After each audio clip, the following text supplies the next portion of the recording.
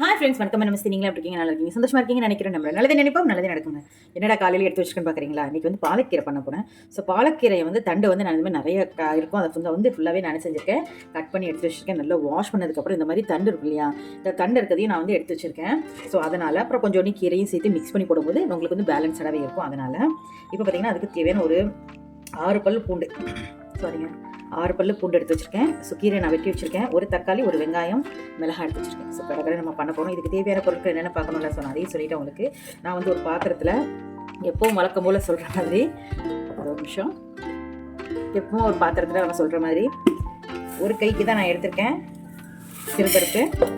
ரொம்ப போடல, நான் கம்மியாக தான் போட்டிருக்கேன். ஏன்னா ஒரு நேரத்துக்கு தான் வர மாதிரி நான் பண்ணிக்குவேன்.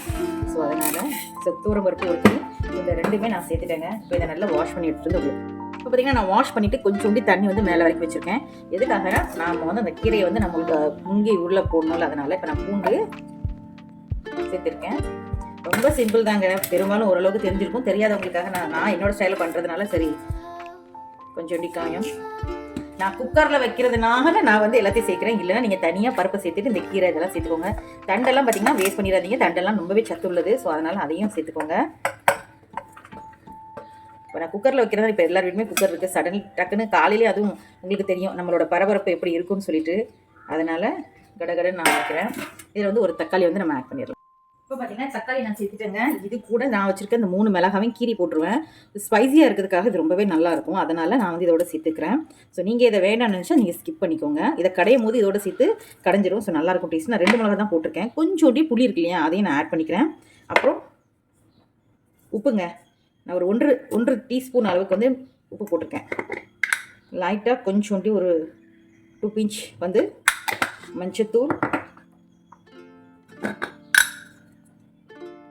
சாம்பார் பவுடர் ஒரு 2 ஸ்பூன் சேர்த்துருக்கேன். அவ்வளோதாங்க, முடிஞ்சுது. ஸோ இப்போ இது என்ன செய்ய போகிறோன்னா நல்லா மிக்ஸ் பண்ணிவிட்டு நம்ம வந்து 1 பாட் மாதிரி இருக்கும். ஸோ டக்குன்னு ஈஸியாகவும் நமக்கு மார்னிங் ஆயிரும் இல்லையா, அதனால் நம்ம குக்கரில் ஒரு 5 விசில் வச்சுட்டு நம்ம இதை எடுத்துகிட்டு உங்களுக்கு நான் காட்டுறேன். இப்போ பார்த்தீங்கன்னா இதில் இருக்க தண்ணி கொஞ்சம் இருந்துச்சு இல்லையா, ஸோ நான் அந்த கீரை வேக வச்சதில் தண்ணி இருந்துச்சு. ஸோ அதை வந்து நான் சைடில் எடுத்து வச்சுக்கிட்டேன். ஏன்னா நமக்கு திரும்ப அந்த தண்ணியை ஆட் பண்ணிக்க போகிறோம்.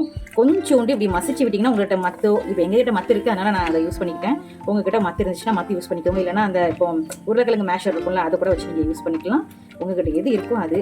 அந்த டயத்தில் வந்து நம்ம யூஸ் பண்ணுறது எல்லாமே மத்து தான், அதனால் கொஞ்சம் ஈஸியாக இருக்குமே அப்படின்னு சொல்லிட்டு நான் அதை தான் யூஸ் பண்ணியிருக்கேன். இப்போ நல்லா இதை வந்து கடைஞ்சி விட போகிறோம். அவ்வளோதாங்க, வேலை முடிஞ்சது. ஸோ இந்த தண்ணி வந்து இது கூட திரும்ப ஆட் பண்ணிட்டோம்னா டேஸ்ட் ரொம்பவே நல்லாயிருக்கும். அதனால் ஸோ இப்போ தாளிச்சு மட்டும் விட்டுட்டோம்னா வேலை முடிஞ்சது. இப்போ பார்த்தீங்கன்னா கொஞ்சோண்டி கடுகு, சீரகம், நான் வந்து வத்தல் எடுத்துருக்கேன். ஓகேவா, நான் வந்து வத்தல் எடுத்துருக்கேன். இது ஆப்ஷன் தான், உங்களுக்கு வேணும்னா நீங்கள் சேர்த்துக்கோங்க.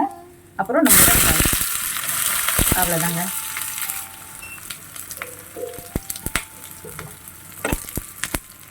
ஸோ இப்போ இதை வந்து நல்லா தாளிச்சிட்டு நான் உங்களுக்கு காட்டுறேன். கொஞ்சம் வதங்கணும் இல்லையா, ஸோ அதுக்காக நான் அடுப்பை சிம்மில் வச்சுட்டு இதில் கொஞ்சோண்டு உப்பு சேர்த்துக்கிறேன், அந்த வெங்காயம் வதங்குறது. ஓகேவா, ஸோ இப்போ நான் வதக்கிட்டு உங்களுக்கு நான் காட்டுறேன். இப்போ பார்த்தீங்கன்னா இதில் நான் தாளித்து கொட்டியாச்சுங்க.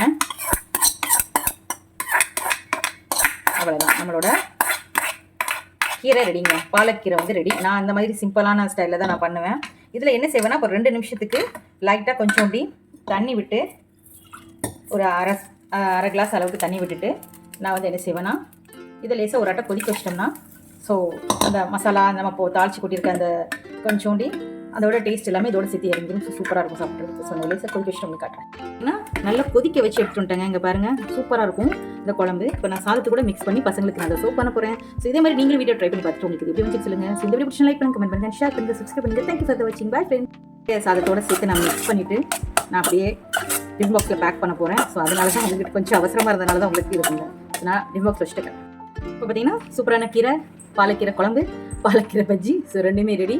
ஸோ சூப்பராக இருக்குது. ஸோ நீங்களும் வீட்டில் ட்ரை பண்ணி பார்த்துட்டு உங்களுக்கு கமெண்ட் எப்படி இருக்குன்னு சொல்லுங்கள். ஸோ இந்த வீடியோ பிடிச்சி லைக் பண்ணுங்கள், கமெண்ட் பண்ணுங்கள், ஷேர் பண்ணுங்கள், சப்ஸ்கிரைப் பண்ணுங்கள். தேங்க்யூ ஃபார் வாட்சிங். Bye friends.